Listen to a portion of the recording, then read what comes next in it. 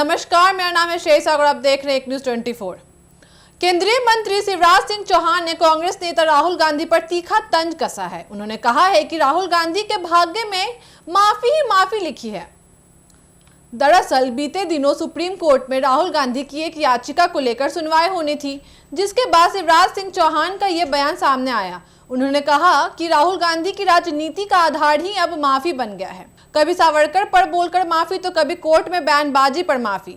शिवराज सिंह चौहान ने कहा, अब तक राहुल गांधी जितनी बार माफी मांग चुके हैं, शायद ही किसी बड़े नेता ने राजनीति में इतनी बार माफी मांगी होगी। यह उनके स्वभाव में ही शामिल हो गया है।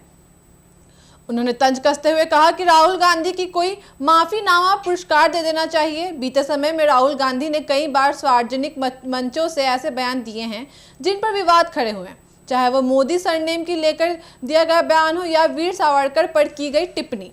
राहुल गांधी को बार बार कोर्ट में पेश होना पड़ा और कई बार माफी भी मांगनी पड़ी। 2023 में सूरत कोर्ट ने उन्हें आपराधिक मानहानि के एक मामले में दोषी ठहराते हुए 2 साल की सजा सुनाई थी, जिसके चलते उनकी संसद सदस्यता भी रद्द कर दी गई थी। हालांकि बाद में सुप्रीम कोर्ट से राहत मिलने पर उनकी सदस्यता बहाल हो गई। शिवराज सिंह चौहान का यह बयान ऐसे वक्त आया है जब संसद का मानसून सत्र चल रहा है और विपक्ष मोदी सरकार को घेरने की कोशिश में है। राहुल गांधी हाल ही में एनडीए सरकार पर संवैधानिक संस्थाओं को कमजोर करने का आरोप लगाते नजर आए थे, लेकिन बीजेपी का जवाब सीधा और साधा हुआ है। जनता सब देख रही है।